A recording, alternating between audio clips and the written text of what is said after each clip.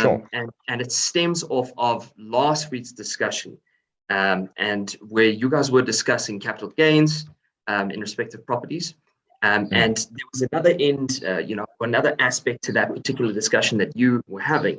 And what I wanted to ask is just a little bit more detail for our listeners regarding transfer duty. Sure. Okay?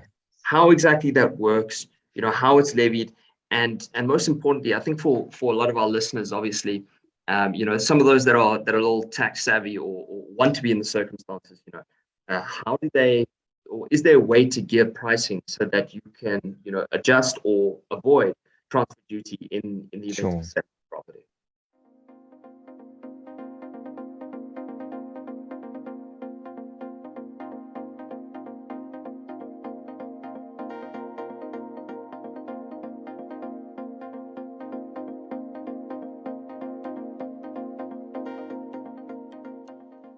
Sure. Okay, cool. Thanks so much. So off the back of the conversation that we had last week, there's something to be said around like price manipulation, tax manipulation, that sort of thing, right? Which is a criminal offense. So, I mean, to start off with, just be careful, because when you start asking questions on how can I pay less tax, you sit on the fence between, am I just like evading the payment of tax, or am I just structuring things in a very particular way in order to allow me to pay less tax?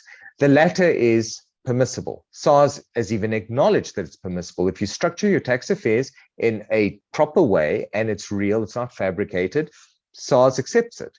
And SARS kind of anticipates that people think like that. So SARS is hard on their approach to us.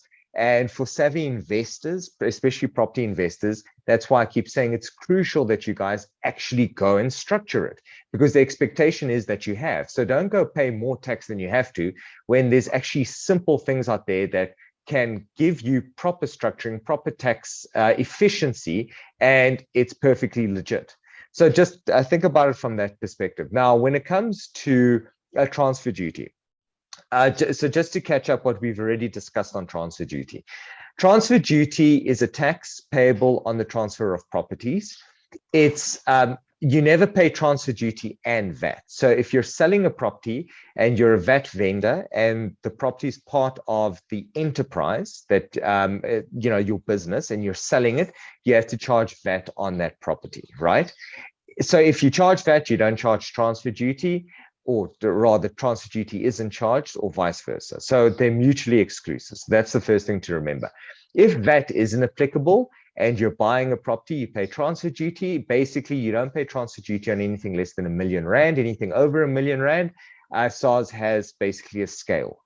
So the more the property is, the more tax you pay on it, percentage-wise. So it's there's almost a wealth element to this as well. So it gets more expensive the more value the property is. Cheaper the more affordable the property is.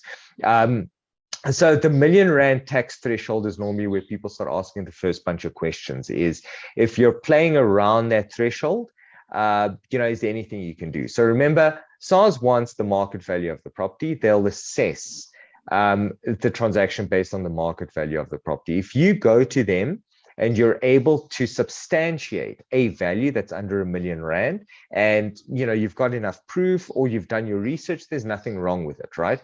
Especially if you're along those lines where the property could be valued here or here, and there's multiple different opinions on the valuation. It's very easy to justify a valuation without lying. As soon as you start trying to drop the price almost intentionally from 1.5 to 800,000, and you just thumbsuck that amount, and then on the back end of things, you've got, let's say, somebody paying you in cash, and you're like, so as an example, the agreement of sale is for 999,000 rand. And then you have, a separate agreement where the guy's going to just give you 200,000 rand extra without any proper justification. So that's obviously illegal. That doesn't make any sense. However, same thing I said with capital gains, I'm going to say with transfer duty. Some people don't structure the deal properly. So there's structuring your affairs and your structures, and then there's the deal. And some people throw everything especially when buying commercial properties, but anything, they throw everything into a pool and they go, well, we're buying the property for X amount, not realizing sometimes that there's different things in the property that you might be buying. Some properties have going concerns on them, which is a separate value to the property itself. So don't mix the two up necessarily unless it makes sense. So, I mean, if that's chargeable on the going concern, maybe the property should be excluded and you could zero rate it and not pay anything on it, as an example. Or, you know, it's something like that. So you need to look at the transaction. You need to make sure that you've ticked the right boxes. Are you buying any movable assets together with the immovable property? Because if you go make an offer and say, well, I'm buying the property for 1.2 million rand, right? And then the seller goes, oh, yeah, you know what? All the stuff is included. And you're happy now that all these things are included, and you go and pay the 1.2 million rand for the purchase price on the immovable property. You're kind of missing the boat there, because if 200,000 rand of that value was actually sitting in movables, furniture, even expensive things, you know, that go on the property that are considered to be movable and not part of the property itself, you could have valued those separately. And you could have gone SARS and said, I don't actually need to pay transfer duty for the property, but I'm buying this, right? And be honest and open about it. And SARS might question it and say, well, you know, is it actually valued? But you're not lying to SARS. You just need to structure it properly to make sure that it makes sense. So that's pretty much the only tips that I have for considering transfer duties. Make sure that when you're paying a purchase price, you're actually calculating it on immovable property, because anything but immovable property, you wouldn't have to pay transfer duty on. And the only other time where transfer duty might not be payable is if you're doing like internal corporate restructurings, which is a bit more complex. But if you're moving a property into a company, for example, in exchange for shares, you wouldn't have to pay transfer duty there. But that's more when I speak about structuring your affairs properly. That's kind of what we do to move some stuff around without you having immediate tax liabilities. That doesn't mean the tax liability won't be there, it just won't be there today. It'll be there tomorrow, or, you know, eventually when you sell the property. Yeah. Thanks, Bruno. I think valuable information for the listeners, and just a reminder, just to, you know, consider these things carefully when you know, it is a transfer, and when you are doing a transaction, if there's got a legal element to it, you know, seek out some assistance and think carefully about what's happening. Sure. Awesome. Thanks so much, Nick.